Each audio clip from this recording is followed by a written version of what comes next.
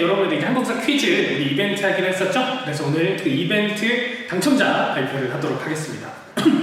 이 종이에는 여러분들이 이제 클리어한 시간대를 적혀 있어요. 그래서 순번, 시간, 학번, 이름 이렇게 돼 있으니까요. 제가 첫 번째, 10번째, 100번째, 200번째 이제 학생들한테 선물을 줄 예정입니다. 선물이 뭔지는 나중에 오프라인 계약하고 나서 공개하도록 할게요. 네, 영광의 첫 번째입니다. 2020년 5월 12일 오후 9시 59분 20초에 완료한 학번 10706 김지수. 첫 번째 대단합니다. 와. 그리고 10번째 2020년 5월 13일 오전 8시 18분 44초 10114 2단. 와. 그리고 100번째 2020년 5월 13일 오전 11시 38분 4초 10503 김경민. 와. 마지막 200번째입니다. 200번째 2020년 5월 13일 오후 6시 58분 35초 10703 고별. 와. 이렇게 4명의 친구에게 선물을 드리도록 하겠습니다. 여러분 모두들 다 수고하셨고요. 나중에 또 우리가 이제 그런 퀴즈 더 재밌게 한번 선생님이 만들어 볼 테니까 그때까지 이제 아쉽게 상 타지 못한 친구들 그때까지 조금만 기다려 주시면 될 것 같습니다. 그러면 본격적으로 수업으로 떠나볼까요?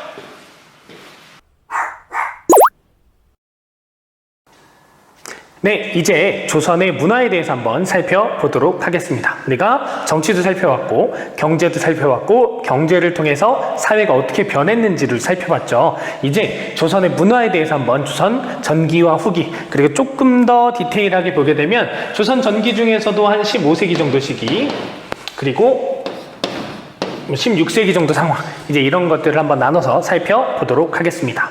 자, 조선이 딱 처음에 건국되고 나서 조선이라고 하는 사회가요 조금 더 이제 실용적인 학문 이런 것들에도 힘을 쏟게 됩니다. 그래서 조선 전기에 여러 가지 과학 기술들이 많이 발전하게 돼요. 우리 조선의 과학자 하면 누구 생각나요? 조선의 과학자, 조선 최고의 과학자라고 하면 저 장영실 생각나죠? 그래서 여러분들 조선 전기에 여러 가지 장영실이 만든 것들 이런 것들을 좀 알아두면 되겠네요. 미안합니다. 영실. 그래서 장영실 세트들을 여러분들이 좀 기억을 해 두시면 좋을 것 같아요. 어떤 거 있어요? 장영실 세트. 그래요. 뭐 해시계, 물시계 뭐 이런 거 있는데 그런데 여러분 시험에 해시계, 물시계 이렇게 나올까요? 아니겠죠. 뭐 앙부일구라든가 뭐 혼이, 간이, 그 다음에 뭐 추구기 뭐 이제 이런 이름으로 나오니까 그런 이름들 한번 여러분들이 찾아서 한번 봐보시면 될 것 같아요. 제가 지금 언급 드린 것들. 그래서 이 여러 가지 장영실 세트들이 나왔던 그런 시기이기도 하고요. 그리고 또 어떤 것들이 만들어지게 되냐면 여러분 조선전기 최고, 우리나라 최고의 문화유산이라고 하면 뭐가 생각나요? 맞아요. 바로 훈민정음이 이제 조선 전기에 만들어지게 되죠. 백성을 가르치는 바른 소리, 훈민정음이 만들어지게 됩니다. 뿐만 아니라 아까 실용적인 과학기술이 발달했다 그랬죠. 주로 어떤 것과 관련 있는, 어떤 산업과 관련 있는 과학기술이겠어요? 먹고 사는 문제가 중요하잖아. 맞아요. 바로 농사와 관련된 겁니다. 농사를 잘 짓기 위해선 뭘 잘 봐야 돼요? 땅을 잘 봐야 되는 것도 있지만 하늘을 잘 봐야 되죠. 그래서 그것과 관련되어 있는 여러 가지 과학 기술들이 나타나게 돼요. 그래서 뭐가 있게 되냐면 천상열차 분야지도.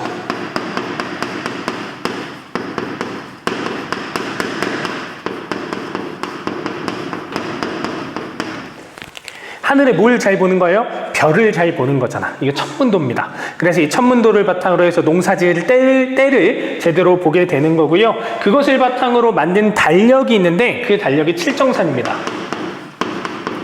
역법이라고 부르죠. 달력을 계산하는 그런 방법이에요.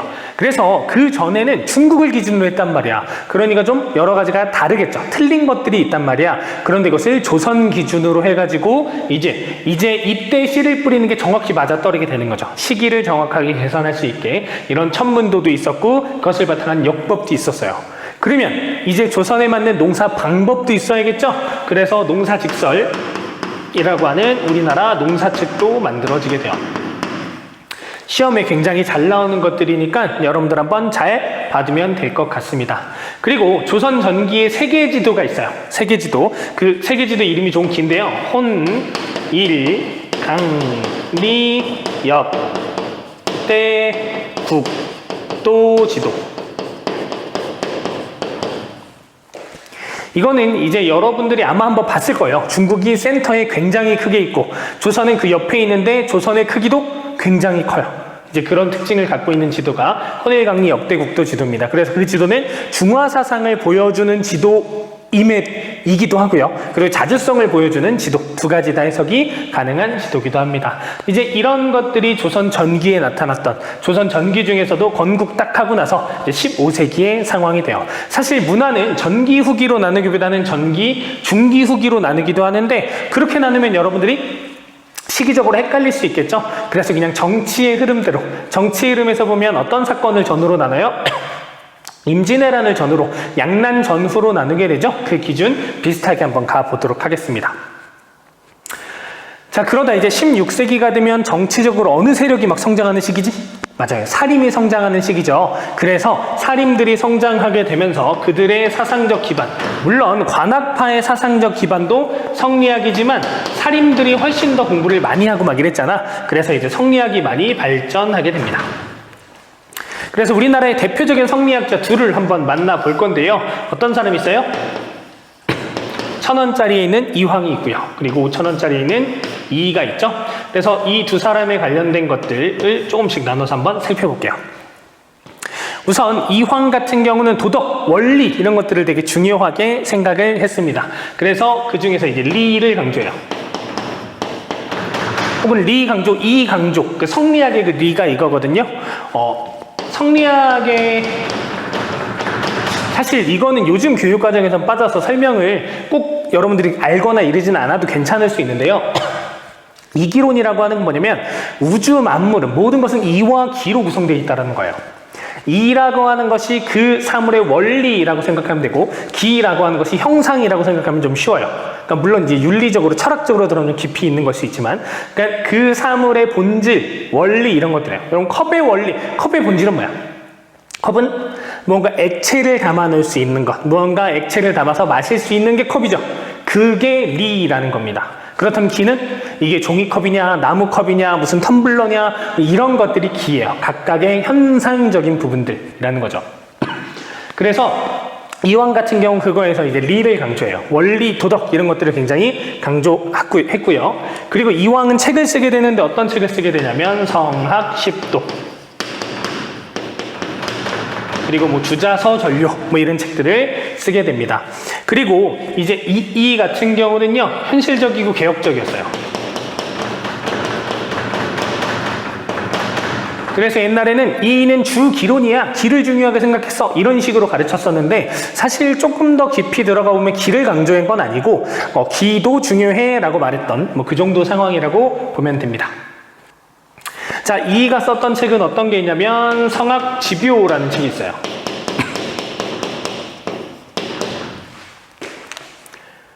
그리고 동호문답이라는 책도 쓰게 됩니다.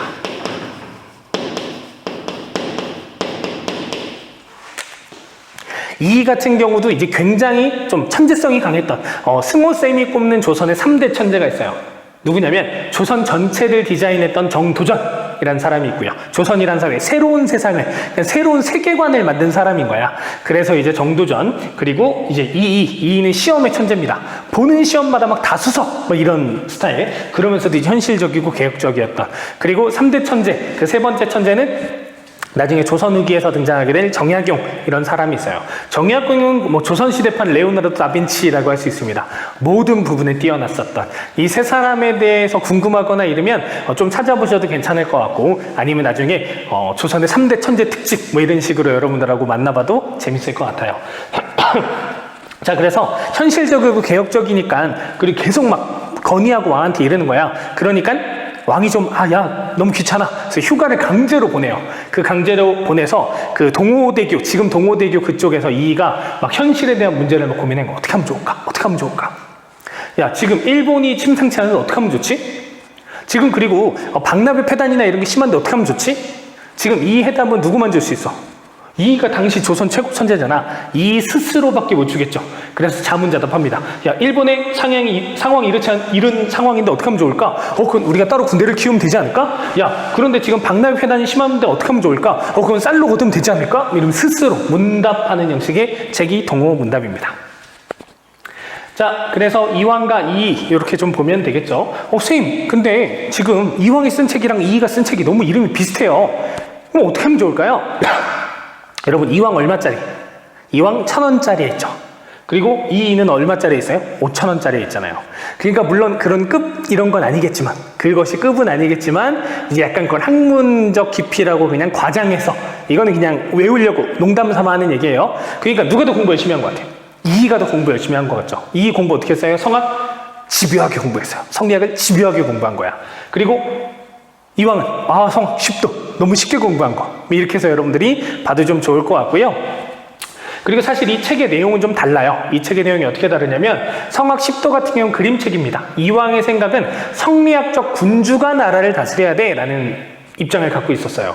그래서 성리학이라고 하는 것을 군주에게 쉽게 가르쳐주기 위한 그림책이 성악 10도고요. 그리고 이의 같은 경우는 뛰어난 성리학자가 정치를 해야 돼. 그러니까 왕은 뛰어난 성리학자한테 정치를 맡겨야 돼. 그러니까 왕을 막 설득해야 돼요. 그러니까 설득할 때도 집요하게 설득을 해야 되겠죠. 이제 이런 식의 차이가 있다라는 것까지 보면 될 것 같고요. 참, 한 가지 여러분들이 좀 이제 구별해 줄 만한 게 있는데, 이러고 나서 임진왜란이 펼쳐지게 되거든요. 그리고 나서 이황 계열이나 이의 계열 중에 누군가 한 계열이 잡혀가서 일본의 성리학을 전파합니다. 그러면서 일본의 성리학이 엄청 발전하게 돼요. 그래서 일본에 영향을 준 성리학자가 있습니다. 이황일까요? 이의일까요? 이황 같아, 이의 같아? 찍어봐. 이황, 이의 막 지금 손 들고 난리가 났네요. 바로 누구냐면 뭔가 조금 라임이 있어요. 일본에 영향을 준 누가 더 라임이 맞아요? 일본에 영향을 준 이의, 일본에 영향을 준 이황. 바로 이응, 희응, 이황이 되는 거죠. 그래서 일본의 영향.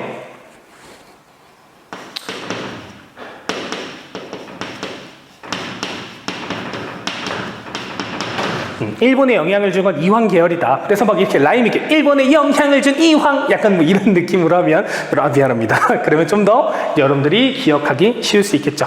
그렇게 해서 이제 조선 전기의 문화에 대해서 이렇게 살펴봤습니다.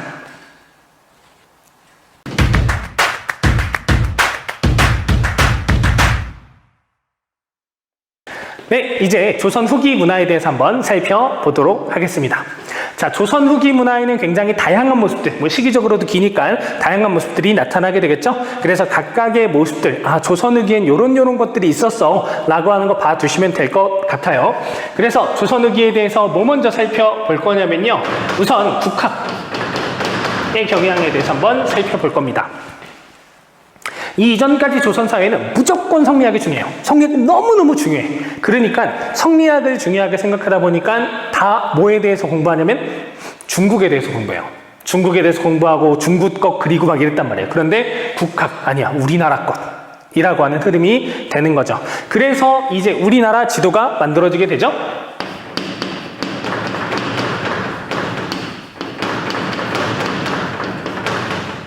대동여 지도가 있고요. 그리고 우리나라 지리서도 나오게 됩니다. 택리지라고 하는 지리서.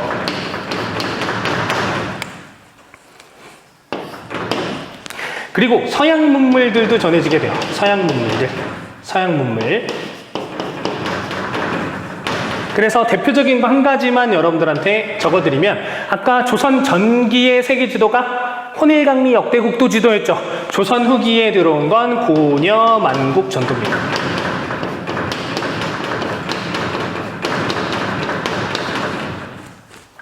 자, 그리고 이제 또 어떤 경향들이 나타나게 되냐면요.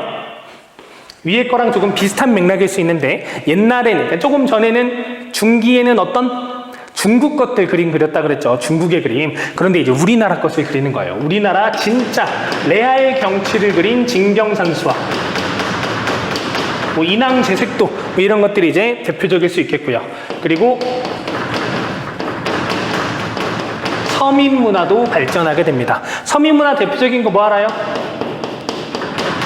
제비 물러나간다, 판소리 이런 것들도 있고요. 그림, 김홍도 그림 이런 거 유명하잖아. 풍속화, 민화 이런 것들도 있고요.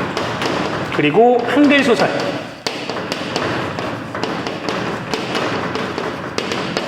이제 이런 것들이 이제 조선 후기의 문화라고 할 수 있습니다. 그리고 조선 후기의 학문적 경향에 대해서도 여러분들한테 말씀을 드리게 되면 어떤 것이 있었냐면 양명학 이런 것들 등장을 해요. 양명학은 무엇을 중요하게 생각하는 거냐면 실천을 중요하게 생각하는 거예요. 실천. 그래서 뭐 지행합일 뭐 이런 얘기가 나오면 아 양명학과 관련된 거구나 라고 여러분들이 생각을 하면 됩니다. 그리고 조선 후기에서 이제 제일 중요한 게 있는데 어떤 게 중요하냐면 실학 중요합니다. 실학.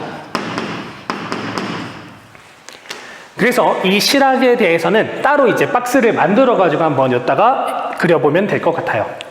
자, 실학의 흐름은 이제 두 가지로 나뉘게 되는데 어떻게 나뉘게 되냐면 중농학파와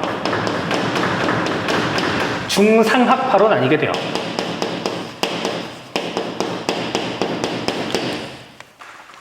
중농학파는 농사가 중요해. 그 농사 중에서도 뭐가 중요하냐면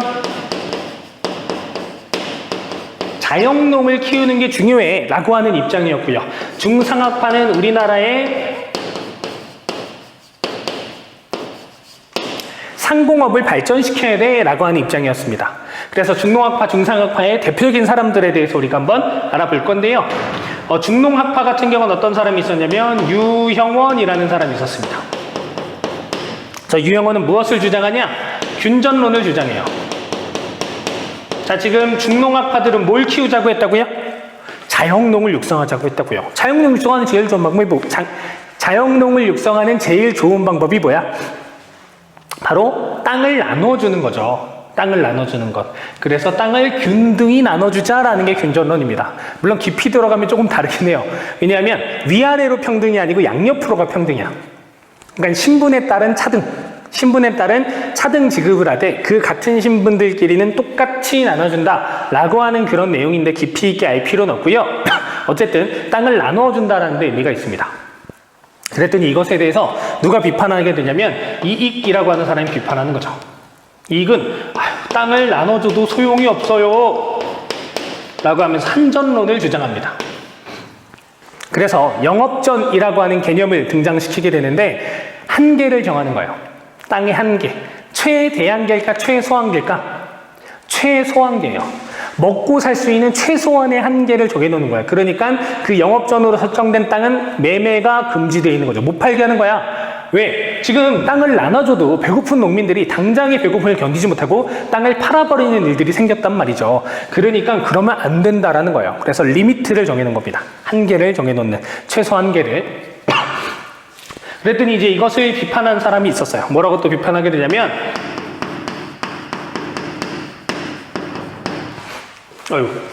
미안합니다. 아까 조선의 3대 천재라고 얘기해놓고 정약용이 비판해요. 그런 한계를 정해놔도 제도를 악용하고 권력이 있는 그런 지배층, 기득권들이 그런 땅들을 다 뺏어가서 결국 자영농 육성이 안 됐다라는 거예요. 그래서 무엇을 주장하냐면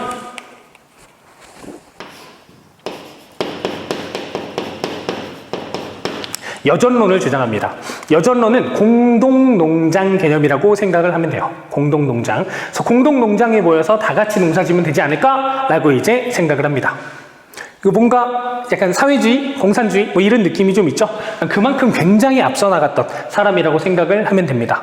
그러니까 그런 전 세계를 강타했었던 그런 사상이었잖아. 그런 사상과 유사한 것을 정약용은 생각을 하고 있었던 거죠. 근데 정약용이 또 고민했어. 근데 그런 문제가 있을 것 같아. 왜? 생산성이 떨어질 것 같은 거예요. 다 같이 모여서 하면 그럼 사람들이 점점 열심히 안 하려고 할 거잖아. 그래서 어떤 방법으로 바꾸게 되냐면 이것도 굉장히 천재적이죠. 정전론을 주장하게 됩니다.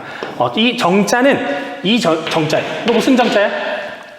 이거 우물정자죠. 우물정자. 그래서 지금 이 땅이 몇 개로 나뉘어져 있어요? 땅이 9개로. 하나, 둘, 셋, 넷, 다, 여, 일곱, 여덟, 9개로 나눠져 있죠. 이 9개의 땅을 몇 명에게 나눠주는 거야? 8명에게 나눠주는 거예요. 선생님 그럼 나머지 하나는요? 여기 1번, 2번, 3번, 4번, 5번, 6번, 7번, 8번한테 나눠주고 이 가운데 땅에 농사 짓는 것을 세금으로 내는 거예요. 그러니까 자기 땅에서도 열심히 농사짓고 뭐 이렇게 할 거잖아. 그러니까 이 땅은 공동 경작이 되면서 세금화되게 되는 거죠. 이제 이런 생각까지 했었던 것이 정약용입니다. 정약용의 천재성은 사실 끝도 없어요.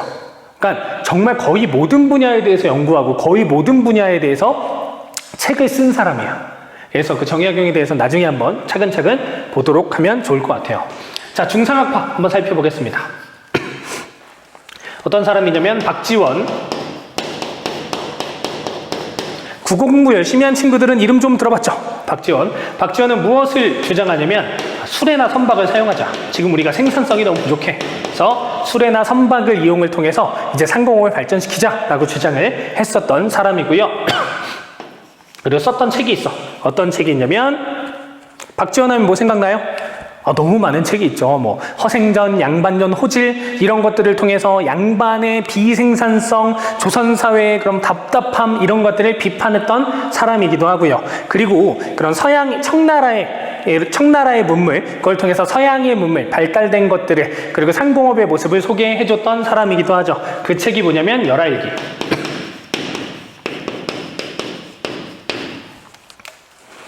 이게 박지원입니다. 그리고 중상학파 중에 또 대표적인 사람 박제가가 있어요. 박제가는 무엇을 주장하게 되냐면 소비론을 주장합니다.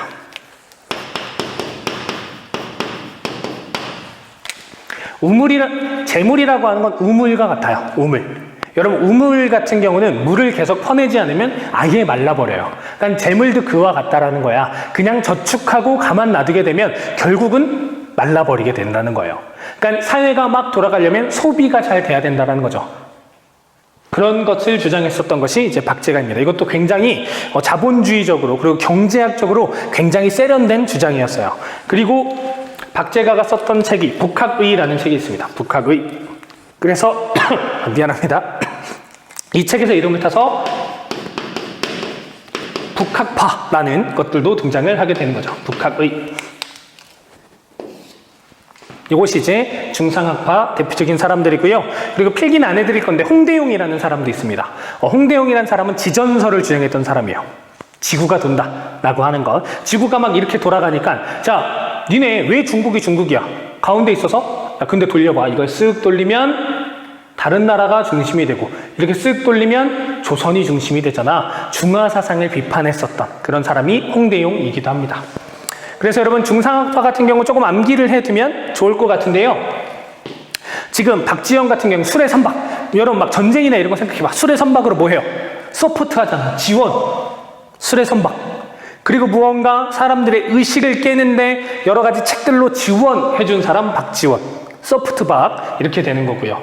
그리고 여러분 우리가 다 같이 밥을 먹으러 갔어. 밥을 먹으러 갔는데 절약을 중요하게 생각하는 사람은 뭐라 그럴까요? 야, 우리 더치페이 하자. 이러겠죠. 네가 사. 이러겠죠. 그런데 소비를 중요하게 생각하는 사람. 오늘은 제가 쏩니다. 오늘은 제가 쏩니다. 박제가. 소비론. 이렇게 해서 여러분은 연결지어서 한번 보면 될 것 같습니다. 자, 그래서 오늘 이제 조선의 문화에 대해서 전기, 중기 이렇게 나눠가지고 쭉 살펴봤고요. 이 부분은 아마 이제 시험을 보게 된다면 프린트를 한 장 더 드릴 수도 있겠어요. 왜냐하면 시험지를 구성하기 위해서 보기를 조금 더 다채롭고 예쁘게가 여러분들 입장에서는 귀찮고 짜증나게 될 수 있지만 그래도 이제 다채롭게 구성하기 위해 프린트를 드릴 수도 혹은 여러분들이 너무 막 수업을 잘 들어요. 안 드릴 수도 있는 부분이니까요. 한번 그래도 우선 이 부분들을 잘 체크해 보시면 될 것 같습니다. 네, 여러분 이제 여기까지가 전근대입니다. 전근대. 이제 그래서 다음 시간부터는 근현대사, 한국사의 근현대사 파트로 넘어가게 되고요. 근현대사 파트 같은 경우는 굉장히 재밌습니다. 왜냐하면 사건들이 서로 맞물려 가면서 그러니까 하나의 이야기처럼 통째로 이어지는 이제 그런 흐름들이 생기게 되거든요. 그래서 여러분들 지금까지도 정말 잘 따라와 줬는데 이제 근현대사 조금 더 힘내서 한번 가보면 좋을 것 같습니다. 그리고 요 바로 다음 수업은요. 여러분 일주일에 한국사가 몇 번 들었어요? 3번 들었죠. 일주일에 3번 들었는데 우리 기억나요? 저랑 배우는 건 몇 시간? 물론 지금은 3시간씩 하지. 지금 화수금에서 3시간씩 하고 있지만 원래는 저랑은 2시간 이렇게 만나게 되는 거예요. 그러면 그 1시간 만나는 선생님 누구예요? 최성태 선생님이라고 또 다른 한 분이 계십니다. 그래서 이 다음 시간에는 최성태 선생님의 OT가 금요일 수업에는 최성태 선생님의 OT가 준비되어 있으니까 여러분 잘 듣고 그리고 나서 우리 다음 주에 만났으면 좋겠습니다.